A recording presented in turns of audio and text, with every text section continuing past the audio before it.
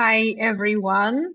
The Oldenburg Palace in the heart of St. Petersburg. And actually, it's a very small, well, some people don't even call it a palace. However, the official name is the Art Palace. But it's not too big, to be honest. It looks more like a cozy mansion, a small cottage, maybe. Well, whichever you think fits best. But the thing is that there are so many stories to talk about. There are so many personalities to talk about. And the contents of the museum is so incredible that I was wrong thinking that one tour would be enough. It's not like I know, I know that I have been doing a lot of this series, but I genuinely thought that one tour would be enough to show you the beauty of the interiors and just, kind of explain a couple of things, that might be relevant with regards to Tbilisi, Georgian history, or the House of the Romanovs, because the Oldenburgs are relatives to the Romanovs. But I was very wrong because the more I read about the museum, the more I worked on the videos, the the more clear it got to me that one tour would never be enough. And that's why the second episode is already scheduled. I'll try to be consistent with the timing to make it more convenient for you. And well, that's because I've been filming with in the new format. I hope there wouldn't be a blinking, but I know that sometimes for some of you, there is this issue with Zoom, even though the recent update also attempted to fix it. But if it keeps blinking, I will re-edit the video and share the recording. Anyway, so let's first of all see what's written here. The caption says Georgian State Museum of Theatre, Music, Cinema, and Choreography. The shorter title is, in fact, the Art Palace. And yes, it's a palace. Yes, the size is not that impressive, maybe. And you can also see that next to this neo-Gothic small mansion, next to it to the right-hand side, there is a kind of a similar building in a similar style with this pinkish stripes. So this is not part of the original house. It was added much later, so definitely after the Imperial period. But as you can see, um, there's also another name which I must have mentioned in one of my live walks in Tbilisi. That is the Palace of Love or Love Palace. There are a lot of names you can come across to this one particular house. There are a lot of legends you can come across. One more title to this name, to this palace, is the Palace of One Night, basically a one night stand palace. If you stick to the narrative of one of the legends that is like everywhere on the internet, and also a lot of local guides like to use this story a lot in their narrative, and I totally understand, right? Because many of my colleagues like to joke, but it's just like a good joke. Don't spoil a good story with facts. But you know that my tours are never about that. I mean, I like legends. There's nothing wrong about them. But what is more important is the facts, history. So on this short series of tours, I don't want to turn it into a Santa Barbara or whatever. No, I definitely want to be short. I want to keep it short and sweet, but I cannot but show you all this opulence of the interiors and also the content of the museum as well, because this museum is a treasure trove of uh, artwork, European artworks from the private collections of Georgian nobility, Georgian artists as well, Georgian writers, Georgian dancers, Georgian actors, a lot of beautiful costumes, and many things. So I will try to, well, I cannot tell you about each and every exhibit, but some interesting stories I have to share. I absolutely have to share with you. So you might have noticed that the two architects that's whose names I also put on the caption, Paul Stern of Paul Stern, German name clearly, and also Ragoyski. Alexander Rogoyski, who was a Polish architect and an engineer. So both of them worked on the construction of this palace. And it's totally fine because in the 19th century, especially mid 19th century, they there was a great number of German specialists that settled in the Caucasus, including Tbilisi. And there is even an area in Tbilisi called the German colony. There are several German colonies you can find on the territory, you could find on the territory of Georgia. But well, now I have done a couple of tours about the German colonies in Georgia, but they don't actually exist anymore. It's just a historic place, I would say. Paul Stern created a lot of, I would say, really whimsical, projects in Tbilisi, such as this house and this interesting eclectic style.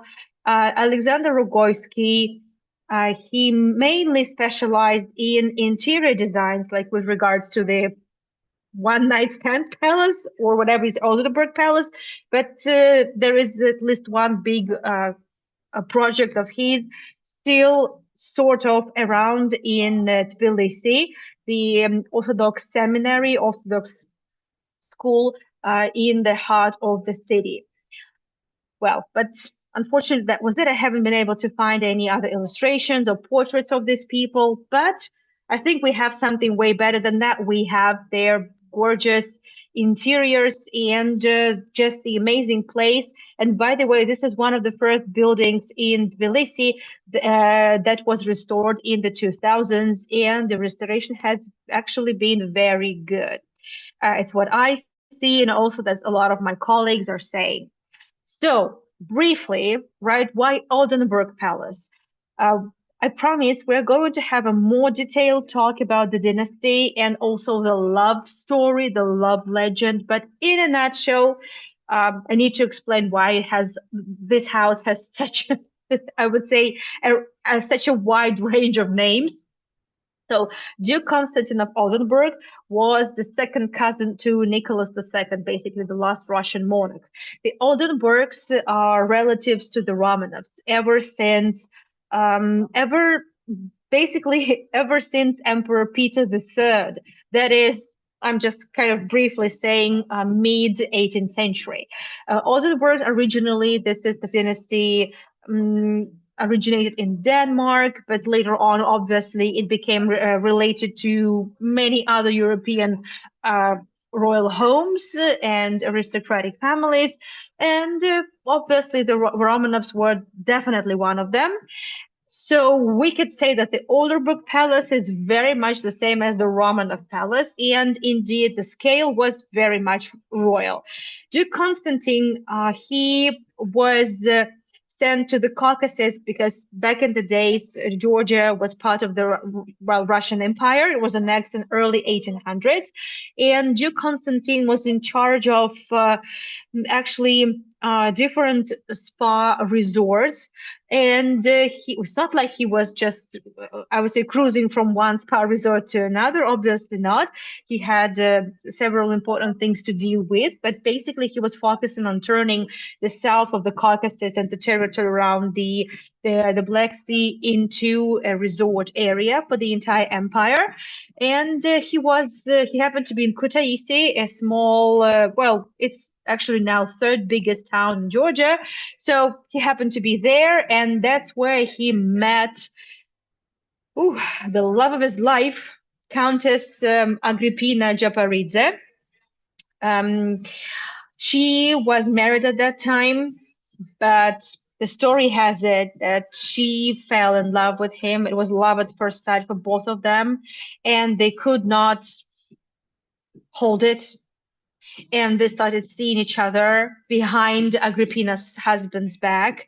And then, as the legend has it, Duke Constantine just offered her husband to play some game of cards because that guy was an avid gambler, and he lost it. And the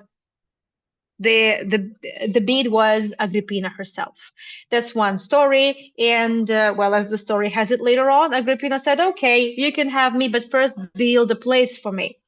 And well, that's how it happened. However, it's all wrong. That didn't happen this way. We're going to talk about how it actually happened. But what we need to know now is that this house actually had been built before the two met. They indeed met in the 1880s, and they did meet in Kutaisi. That's true. And she was married at that time. And he indeed looks like he definitely liked her, but they didn't start seeing each other at that point. First, her husband died, and then they started seeing each other with Grand Duke Constantine. Let's put it like this. And then this house was purchased by Duke Constantine for him and for his new wife, basically. In this photo was taken around 1917. So that was taken already when the First World War was in full swing, and when let's say the revolution in Georgia didn't really affect much the political situation. Well, I mean, it actually the country benefited from it because it finally got its independence and established their republic, the Democratic Republic, for 3 years. But definitely that meant, I would say, a lot for the Oldenburg family, obviously. Well, but this photo was taken in around 1916, 1917. They differ a little bit, but as we see here, there is a bit of um, it looks like a shop. Actually, it says Vysotsky Tea, Vysotsky Trade House, or Vysotsky Tea Company, the famous Vysotsky tea established by the Jewish merchant, the big tea empire. So it looks like this house was either a shop or an office. Where it's not really clear, unfortunately. I haven't been able to find any information with regards to that, but clearly it doesn't say Oldenburg. So at some point, the house was actually sold. It was not nationalized. It wasn't taken from the Oldenburg family, but we will talk about the history of the family as the tours go. Let's put it like this. And as you may have noticed, there was to the right-hand side from the right-hand side of the building, there was not anything, which means that the extension was built afterwards, which is the case. In this photo, you can see just a little bit of the street and a little bit of the roof and the spire over there. And as you can see, the rest of the buildings, well, from what we see, are not impressive at all. So this definitely was a pure gem. I have been able to find also the blueprints that were left for us by Paul Stern, and they are gorgeous. What can I say? They are gorgeous, and it's amazing that this palace was restored. The moment you enter, it captivates you, and what you want to do basically film, take photos, take selfies, and just enjoy it, take everything in. Well, so as I said, this is not the museum of the Oldenburg family. This is not the museum of the Romanovs. This is the museum of Georgian culture. Let's put it this way. Applied arts, cinematograph, theater art, and applied arts. And as you enter in this lobby, you're met with the two portraits, the portrait of David Arsenishvili, who was actually the founder of this museum. Originally, the museum was not uh, housed in this building. It changed several buildings before it eventually ended up in this palace. But David Arsenishvili created the museum, established the museum in 1920s, and he is considered the founding father of the museum. The well, yes, I could not, but also film that. I mean, everything in this house deserves a story, and I'm sure every exhibit has a story, but we don't have this luxury. But at least we can talk about more than just a couple of things in every room. And another portrait is of this gentleman.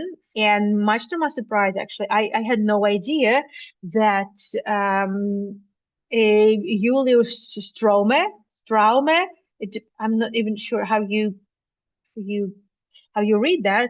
So he was a let's put it like this. He was an ethnographer, and he was a historian who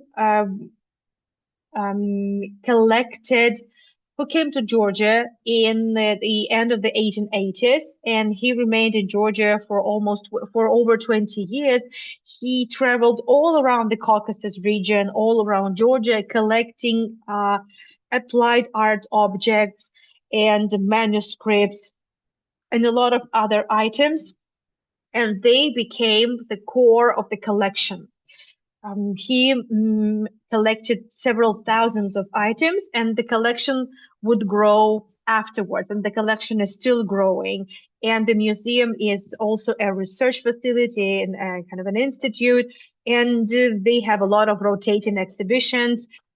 I think I see new exhibitions, new announcements like once in a couple of months. So basically, I could go there on a regular basis once in 2 months and learn something new. It's absolutely incredible. So I wish that there were guided tours, but there are none. So it means that for this tour, I had to dig in all the explanations, explications, and also do a lot of research on my own, which I don't mind. And this is how I actually managed to come across a lot of different things, a lot of interesting connections that I have been able to make. And hopefully you will find it interesting too. This is a modern day illustration, but here you can also see that it was a much smaller house. It doesn't look like a palace at all. But trust me, the contents are so massive. I mean, the scale is so big of the items there that it clearly looks like art palace indeed. But I kind of also like the name One Night Stand Palace too. I mean, definitely adds the spice, right? But it's not true. Whatever legends you can find online, they are not true. So you see, this is from 2016 illustration. Nevertheless, so what matters now is just the interiors and the collection. As I said, this is not the Museum of the Oldenburgs, which means that the Oldenburgs are not going to be the highlight of the place. But there's going to be a big room with the portraits of the Countess von Zarnikau. We will see a lot of personal items as well. So we are definitely going to be talking about them. But let's explore the house as as the museum wants us to explore it, and welcome to the room with the absolutely gorgeous fireplace. But if it's not even about the fireplace, let's just see what we have here. And these are the interiors, well, the ceiling, the floor, the fireplace, that was part of the Oldenburg house itself. So you're kind of in the memorial interiors in a way. So the house was not built from scratch. It was just given a very good restoration. It was one of the first big restoration projects in the history of the free Georgia. So and as I mentioned, there are a lot of items from the private collections. And I could just say, well, so this artwork is called A Fair Reflection by Charles-Louis Muller, French school, 19th century artist. I could just say that, look at this lovely work. What a gorgeous woman. Let's see something else. But I wanted to find out from which collection this artwork was and who were the people who owned it. And that's when, well, the provenance, that's what makes it so incredible. So actually, it turned out that this artwork was from the private collection of the Dadiani family. Dadiani is one of the oldest aristocratic families in Georgia. It's important to remind you that when the Russian Empire annexed Georgia, just, well, they did one clever thing. There were a lot of unclever things that were done, but one clever thing was that the Romanovs recognized Georgian aristocracy, like completely. And they became absolutely equal to the aristocracy in the Russian Empire in general. And there were many things that went wrong. And I'm not saying that it was a good idea of the Russian Empire to invade, obviously not. But now that there is some, common history and some common ground, what can I say? So the Prince Andrea Dodiani, he, by the way, well, Dodiani family, It's not so easy to also navigate the genealogy of Georgia because there are basically, let's say, about from 10 to 15 big families with long history, and then they all intermarried and they're all interrelated. It's not so easy to navigate. But I'll just mention some of the important representatives. For example, Andrea Dadiani was an avid art collector and it was a very good chess player. He happened to amass quite a great number of artworks, and among them was exactly this artwork by Müller. And some claimed that Dadiani family actually, well, according to some information which we cannot verify, but we cannot also disprove that. So they claim that the Dadiani family actually knew the artist in person because, yes, it is known for a fact that a lot of Dadiani family members were also present in Europe and there were a lot of connections with the European homes. So Dadiani himself was very frequent to Europe, but he was very Georgian. There were a lot of land that they had in the Caucasus, and a lot of manors are still around, by the way. Especially one of them in Zugdidi that I really badly want to visit. I mean, like, have a look. This is the palace in Zugdidi town, in Georgia that belongs. It's one of the palaces that belongs to the Dadiani family. I mean, there is so much to explore in Georgia. Trust me. So, and Ante Dadiani passed away in the 1920s, and much of his art collection, enormous art collection, was eventually, well, it was basically sold or remained in the collection of the Dadiani family. But because of the Bolshevik invasion, that most of the Dadiani family members had to flee to Europe, and they took some artworks with them. And Salima Dadiani, who was a relative to Andrea Dadiani, she took this artwork with her to Europe, well, to exile. And I did a lot of tours about the what they call it Russian Exodus, which was a long series of tours on the immigrants from the Russian Empire, including Russians, Ukrainians, Russian Jews, Georgians, and well, Salim Dadiani was one of those representatives of the former Georgian elite that had to flee, fighting, for their own life. And in in France, Salome Dadiani met the love of her life, Prince Achille Murat. And the Prince Murat was actually the relative, the descendant of Marshal Murat, who fought together with Napoleon back in the 19th century. So Salome sold this artwork when she was already Salome Murat, and this collection remained in the private. This item remained in the private collections in some homes, rich homes in France, and eventually was put up for an auction. And then it was purchased by the museum with the help of obviously the government. But that's an interesting connection over here. Just one story. And Salome remembered that Prince Dadiani loved this artwork because that woman reminded him of Georgian women with dark hair, pale porcelain skin. And indeed, this woman looks very much like Georgian women. That's true. However, Georgian women are very different. Some can be redhead, some can be dark skinned, and they can have black hair, like really like suit kind of, But anyway, so it's just an interesting touch to the story. Well, just an interesting provenance here and interesting connections that a Georgian family can have with the big European host. So speaking of the artworks, many of these artworks were parts of private collections, just like the one we were talking about, and they would be either given to the museum by donors or purchased by the museum itself with the help of the country's budget for sure. There are also a lot of artworks you can find by Paul von Franken, who was a German artist. And it's not news to you that indeed there were a lot of Germans in Georgia. And in fact, in mid-19th century, that's exactly when a lot of German families moved to Georgia. Grisha, I'm sorry.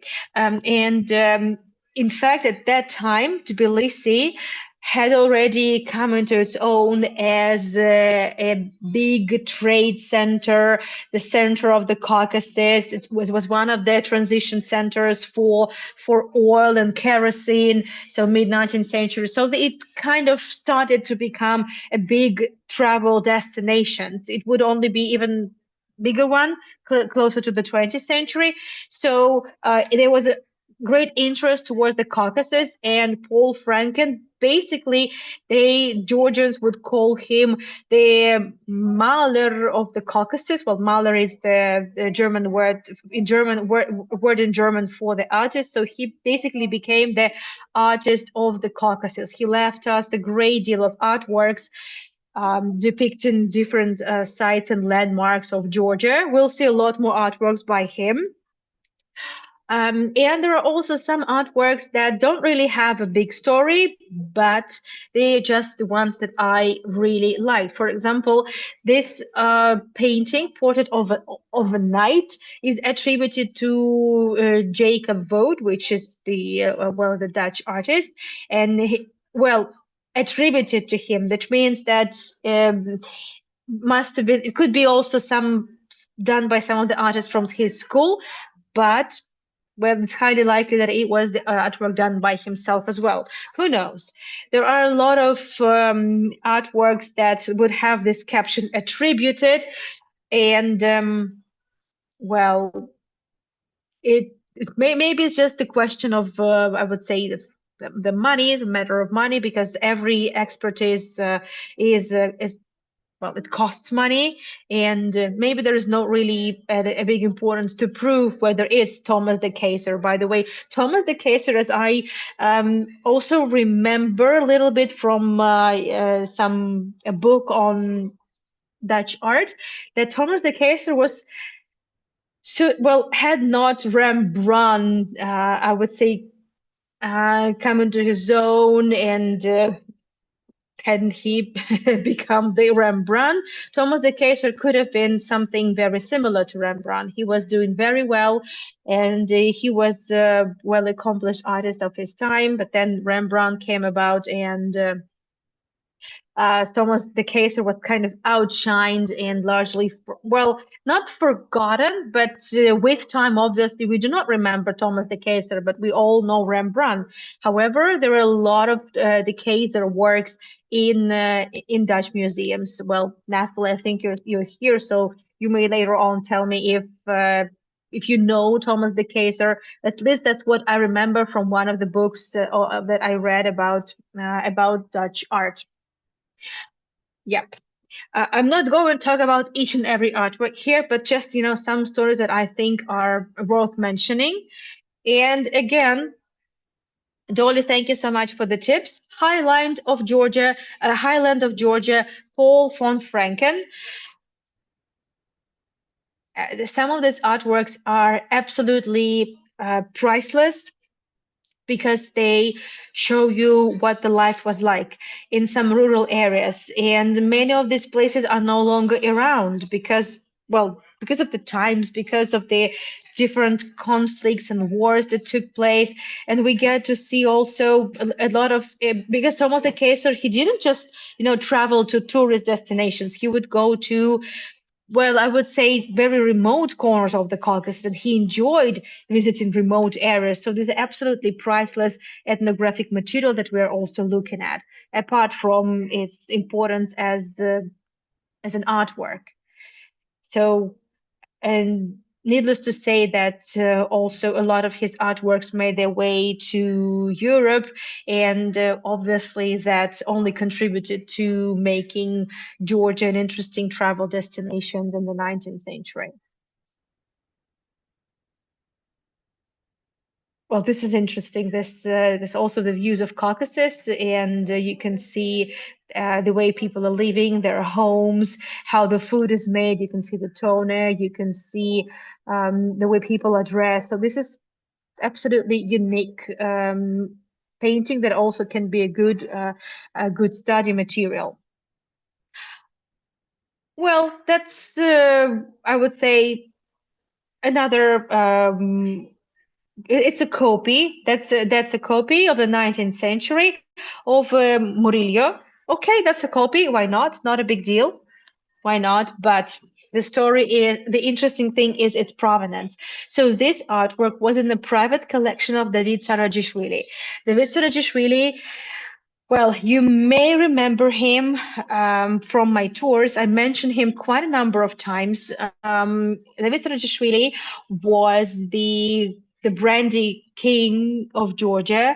He was the official supplier of brandy, and well, um, it's still called cognac in Russian and in Georgian, but I realized that the most correct way to say it is definitely well brandy. And he studied in Europe. He started winemaking. He started well brandy making in Europe, and he established the big production side and the big and the big company, which by the way still exists. Obviously during the Soviet period this brand was forgotten, but it was given it was kind of brought back to life in the recent times, and it's now the brandy number one in Georgia, and it's also exported to Europe. And David Sarajishvili, he together with his wife, they amassed a great collection of artworks, which they kept in their house in the Sololaki neighborhood of Tbilisi. And you may remember that once we passed by a house that is called the House of Writers, because the Ritazishvili and his wife they didn't have children of their own, so they decided to take care of their young aspiring talents, mainly writers of Georgia. And after well, it was decided eventually, luckily, even in the Soviet time, to leave this house to the writers. And it's a museum, and I filmed it for us. And you don't want to miss the tour of this gorgeous house.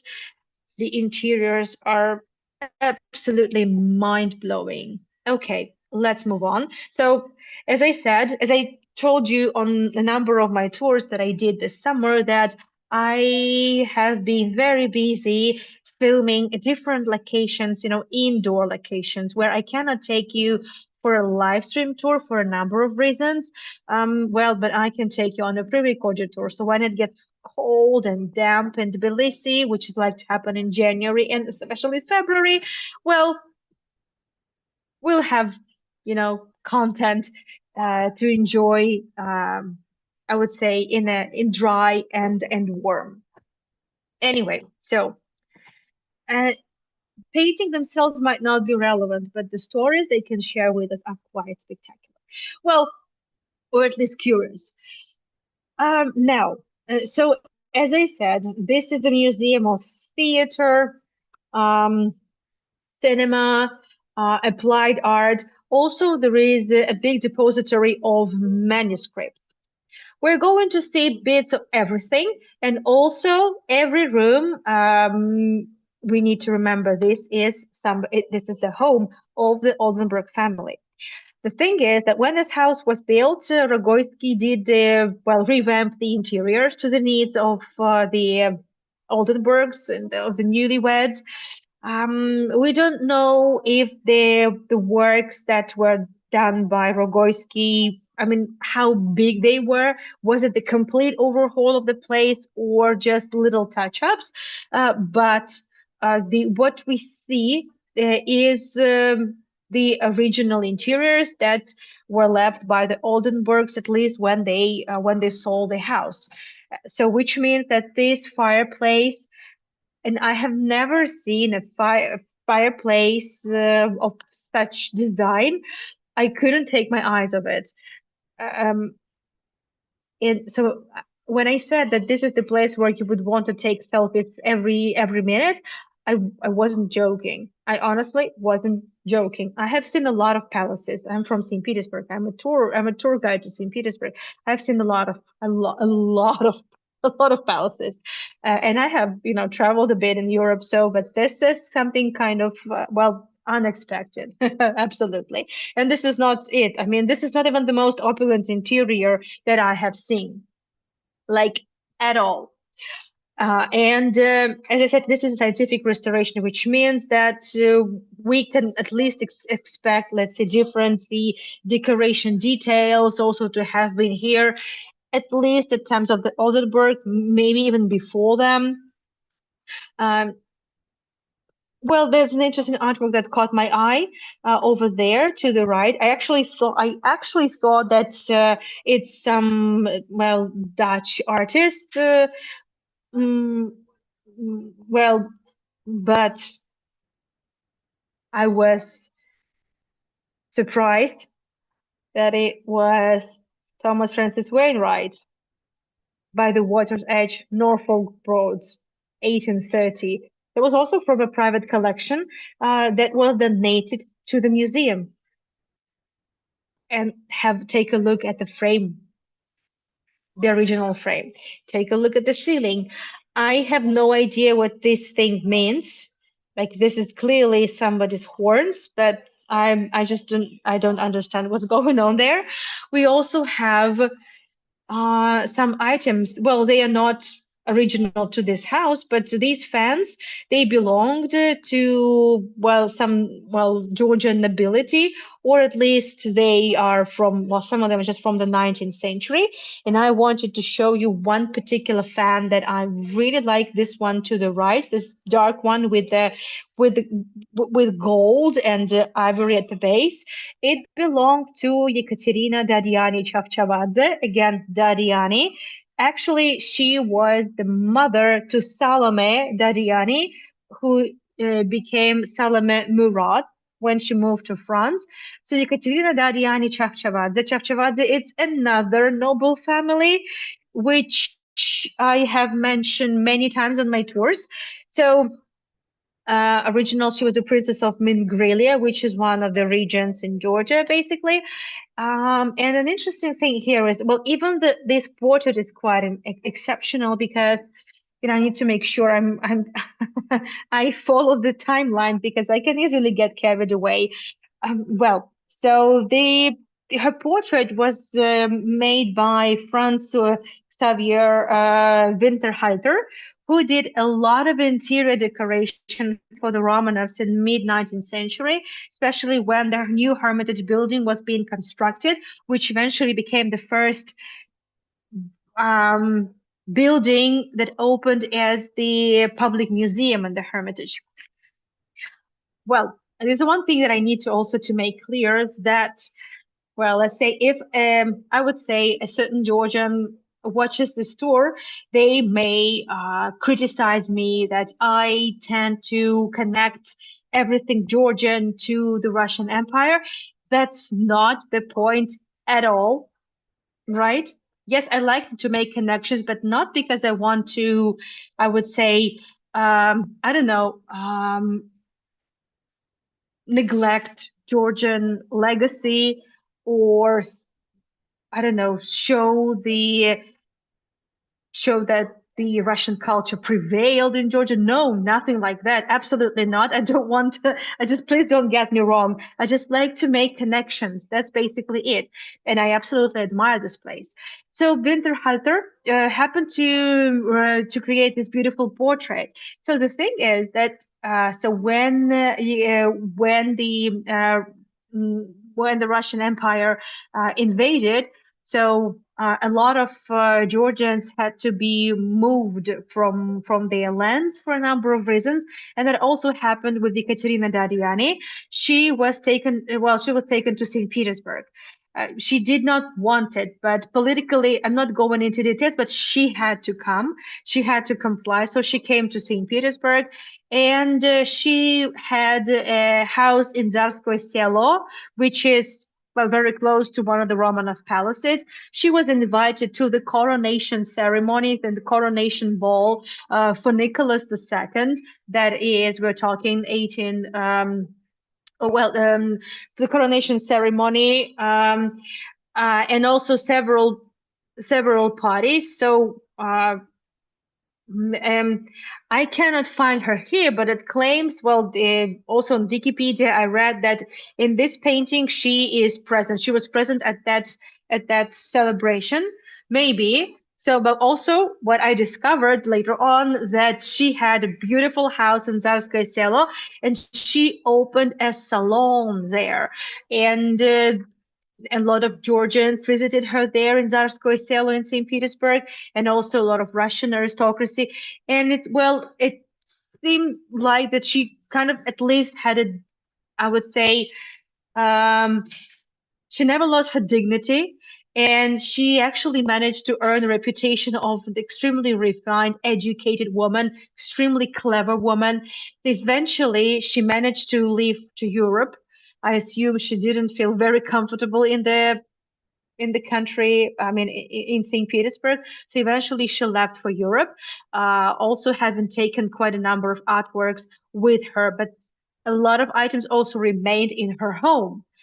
So yes, at least she was welcome. So she was welcome there. So Salome Dadiani, Salome Murat, so was her her daughter. Um, well, I like this copy of the La Bella, a beautiful woman that was painted by Titian. But as I said, this is the copy that was also part of a private collection donated to the museum. Now, this part of the building is actually that extension that you could see from the outside when I filmed the house from the outside. Also, by the way, we are going to walk in the small garden. There's also something to see. We will see more of the. We will definitely see more of the. Um, mm, of the house decoration. There is also something to see in the small garden there. So, but this part, so to speak, not a, so there is a extension which is not memorial, has nothing to do with the Oldenburgs. And when I was there, they were only preparing for the new exhibition. And I didn't film that. So I focused on the memorial interior, so to speak, that at least at that point. But as I said, there's always something new up, and it's always interesting. Okay, especially for me because I am learning about the Georgian history, Georgian culture basically every day. There is still so much that I don't know, but I want to know more. And this is one of the places I really, well, one really has to visit because it's not just the Museum of Georgian Culture. I would say this is kind of the hub of Georgian culture. It's not only in historical perspective, but also I would say modern day. Okay, so another artwork. So John Greenhill, portrait of Sir Henry Go, Gow, I guess. Um, I I like this artwork, just the way it looks. It's a really fine artwork. And yes, it also happens to be from the collection of Ekaterina Dadiani Chavchavadze. A lot of artworks were taken to Europe and then sold, well, to different families, museums, from what I have been able to understand just by, browsing through different websites, that you can find the items from that Diani Chavchavadze collection in a lot of museums in Europe, in some private collections, and from time to time they are put up for auctions, and they are, well, the museum really keeps an eye. I would say they keep their eyes peeled for everything that is related to the once impressive collections of, well, in the hands of the nobility, Georgian nobility. This artwork, this story absolutely touched me. Unknown artist, so it says that the initial is in, why, I don't know, 19th century French school. When I first saw this portrait, I know that unfortunately there was so much a what is the word for it? Not even the blinking, but the reflection. There's so much glare that I couldn't really find the I couldn't really make really good photo of it. But when I saw this girl and I saw her eyes, she seemed so uh, endlessly sad to me. And I just really wanted to pat her like on her chubby cheeks and say, "Hey, you're gonna be all right. You're gonna be okay." And then I started reading and reading. So it says that it's the daughter of Duke Georgiade, another noble family in Georgia. Um, I couldn't even in the museum. Grisha, turn down the volume for goodness sake. Thank you. Sorry, I'm alone with my son and he's watching YouTube because mom is busy, and sometimes the volume tends to get out of control. Okay, let's get back to the story. I promise it's going to be the last story because we even haven't had a Q&A, and I assume you might have some questions. So I even in the museum I haven't been able to find the name of which Duke Georgiade, but it's not even that relevant. The relevant is the story. So Duke Georgiade, he invited this European French artist to Georgia to paint his family, well, to make portraits of his family. And when this artist was trying to paint the portrait of the girl, she was scared of him, and she kept crying and crying and wouldn't sit still. So it took the entire family, uh, well, almost the entire day just to make her be still for the painting.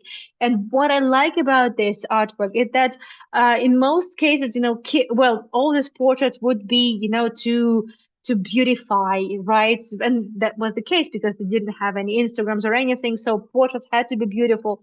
But there is so much soul here. And the artist could have depicted her smiling because this is what the parents probably would have wanted the painting to be. But after you cry the whole day, right, you can't really smile too much. I mean, it's going to be a fake smile, and I like it. And there's so much heart and soul, I don't know, and life in this artwork. So I really, really love it. And this story was told by Noah Jordania.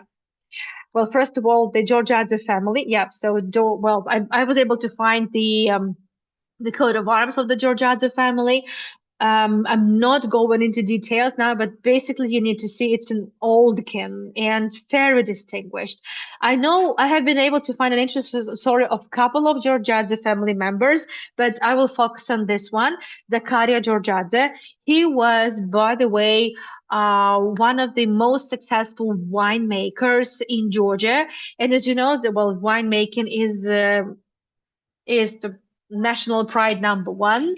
The second, well, the second one would be probably Georgian food, and then football. I'm not sure how to say, but wine definitely comes first. So Zakaria Georgiadze, he managed even to make wine in the European method, because traditional Georgian method is in qvevri, is in big clay pots that you store underground, and you make the fermentation with the stalks, with the seeds, with the skin, right? But the European way, it would be the barrels. So he managed to successfully produce wine in both ways and focused eventually on wooden barrels. And Zakaria Georgiadze built one of the most successful wineries in Georgia, in Kakheti region. Obviously, we did a tour in Kakheti region with you last year.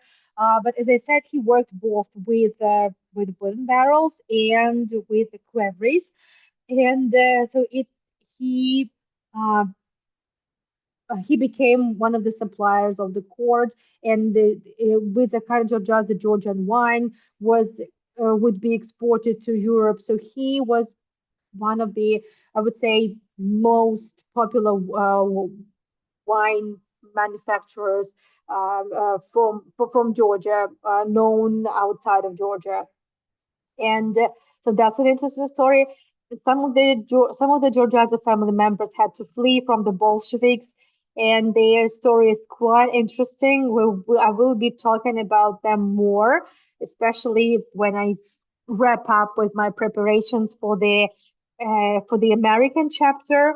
And for the English chapter, because I'm now working on the continuation of my tours called Russian Exodus, about the Russian, Jewish, and Georgian immigrants after the revolution. So we'll see. I'm not sure how long it's going to take because there's so much more work to do. But anyway, so this is some, well, advertisement of the Georgia's wine house, 1985, and it's dated. And you see it has the double-headed eagle. This is so this type of emblem could only be put when the manufacturer had the status of the official supplier of the court. So, which is a big deal. So, and I said that this story, this touching, moving story of the little girl was told by No Jordania. No Jordania is an incredible figure, and I will be talking more about No Jordania. He basically was the head of the Georgian government, the in exile. Um, well, in spring 1921, Bolsheviks invaded Georgia, and he had to flee together with the rest of the politicians and the government. So basically, it was the Georgian government in exile, and Nojardania remained up until his death, remembered the head and also the spiritual leader and the political leader of the government. Absolutely exceptional man. I mean, every Georgian knows it. And as I mentioned on my tours, they settled down in Loville-sur-Orge, not far from Paris, the commune, not far from Paris, and they purchased an estate, the Loville estate, which actually became the headquarters of the Georgian government. And this artwork was also kept there, and then it was passed on to the children and the grandchildren, or well, to the children. I'm not sure about the children, I guess, of Noor Jordania, and they gave this artwork to the museum, and they shared the story that Noor Jordania also loved a lot. I mean, there is so much love and so much personal touch in this story, so it's just absolutely, absolutely incredible. And I think this is where we are. What I'm just thinking. Okay, very quickly. Okay, just because there is 34 minutes before the next tour, so okay, just one more story. One more story. So this is the portrait of a certain Olga Karnovich. I haven't been able to find a lot of information about her, but what is important is that who was the artist? Mihai Zici, who was a Hungarian artist who happened to become the court artist of the Romanovs in the 19th century, and he actually witnessed the coronation ceremonies of Nicholas, actually four Russian emperors, starting from Nicholas the First and Alexander the Second, Alexander the Third, and Nicholas the Second. So Mihai Zici came to Georgia. He was invited, and actually he was going to spend about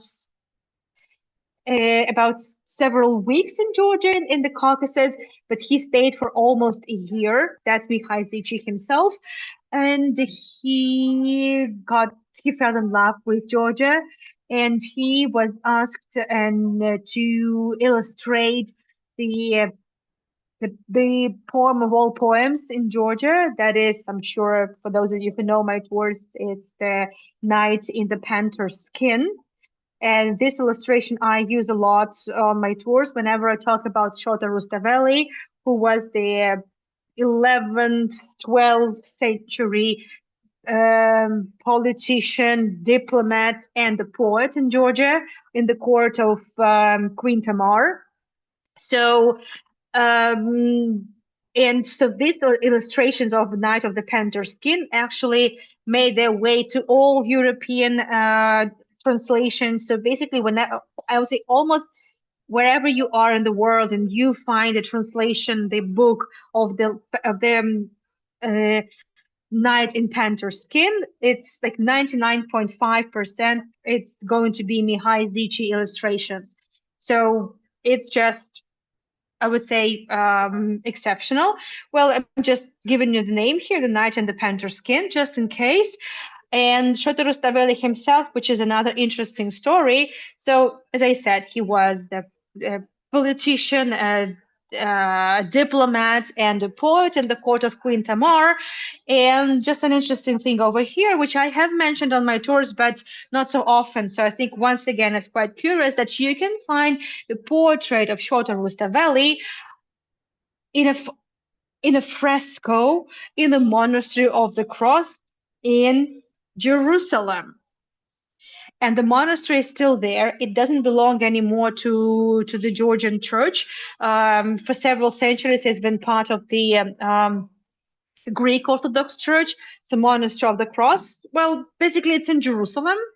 Yes, let's just not get into details. And it's even claimed that Shota Rustaveli spent the last years of his life as a monk in the monastery, and it is believed that he's even buried in Jerusalem. That's another connection with another country of mine. You see, it's not all about St. Petersburg anyway. It's not all about the Romanovs anyway. It's way more than that. So that's basically it. Let's have a Q&A. And I hope it hasn't been blinking. Well, you would have told me if it did. I hope so. Let me know. The chat is on.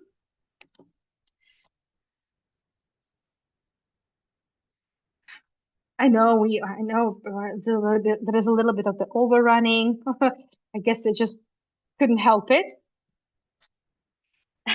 Thank you, Marilyn. Thank you so much. It's been difficult to choose, some stories I had to omit because there's, too much. Some items I haven't been able to find, well, I would say a lot of information, but now that I have more time than just one tour, because you see, it just absolutely was bad idea to turn it into one tour. So we're definitely going to have several episodes. Anyway, I'm happy you have enjoyed it. So let me know if you have any questions. A magnificent house and paintings. You see, we've only seen like 2 rooms and so many stories. And it's going to be even more opulent interiors. We're going to talk more about the Oldenburg, Constantine Oldenburg and Agripina Japaridze, Zarnikau, when the time comes. Trust me, there is a room where you would want to talk about only that. You need your own remote control to control the volume. Yes, I guess. Yes, that's a good idea. I need a remote control for remote control. Hope it hasn't been differing much, and it looks like it hasn't been blinking, right? So it looks like the update did a good thing for Zoom, but I still need to be careful with that. So because the format sometimes there might be a clash, and we don't want that. It's a common issue which I know Zoom had been working on. I'm not sure if it's all completely good, but I'm happy it's not blinking. Thank you so much, everyone. In less than 30 minutes from now, I'll be happy to catch up with you in Alexandra Romanov residence. The link is there on the chat. So tomorrow, the Chocolate Festival in Tbilisi in the beautiful botanical garden. It's gonna be lovely. I know. I mean, because of the chocolate, of course, but also because of the views, nature, the vibe of the place. We know, you know. Then Misha and I, my husband, who also happens to be my colleague, is going to give a talk about, Nikolai Gogol, the Ukrainian-born writer, one of the biggest writers of the 19th century. And also, I'm taking it to Jerusalem because I happen to be a tour guide to the Holy Land. So I'm taking you to the Temple Mount, and we're going to continue the talks about all the amazing archaeology that is there, architecture that is there. Even though you cannot dig there, you don't even have to dig there because there's so much just there on the surface if you actually know where to look at. And we know. Marilyn, thank you. Thank you so much for your tips. Thank you so much. Yes, and Hanukkah is around the corner. It's true, and I will be doing a Hanukkah themed tour. I will, I promise. And there's going to be a couple more tours on the Jewish heritage in Tbilisi. I promised you a Jewish cemetery tour, and there are some other things that I wanted to share with you, like a Jewish museum, Jewish history museum in Tbilisi. There are still a lot of things are now in the cooking, and that's why it's taken me so long. But I'm still happy that I've been able to put everything for these series of tours. But I think this is absolutely essential to start with. For some reason, I feel it's the right time to take you to this palace. Let me see the chat. It's amazing how much you remember about so many different topics. Yeah, Madeline, I'm so no wonder I tend to forget birthdays of my friends, of my family members. Right now, for example, I'm not sure in which year exactly my mom was born because I want to calculate how young she is. I mean, it's not that I don't care. For me, she's always young and beautiful, but well, I sometimes have to ask my husband because he remembers everything, like every date, and I cannot. So I guess it's just, kind of a compensation. I guess I have to make up for all this information that I remember, but I'll sacrifice, birthdays of my family members and my friends. Yes, that's a good idea, Dorley, about the remote control for the remote control. I guess me and Adrian, we badly need it.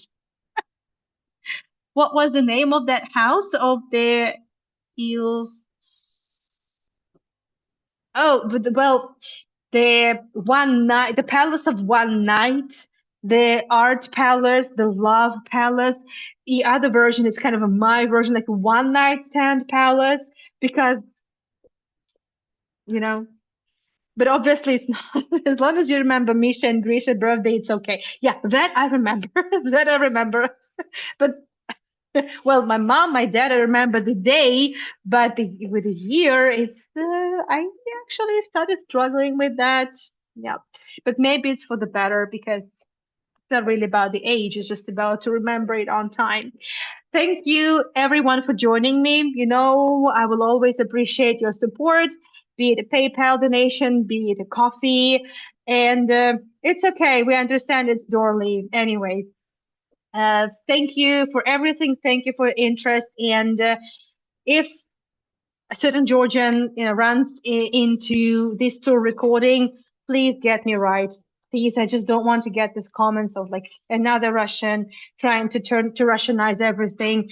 It's not the case. And I'm sure with all the tours that I have done in Georgia, I mean, we know it's not the case for sure. Okay, thank you so much. I will see you in Peterhof, Alexandria very soon, and then tomorrow. Thank you and bye bye. And the second episode is already up. It's there on the chat, same time next week. Bye bye.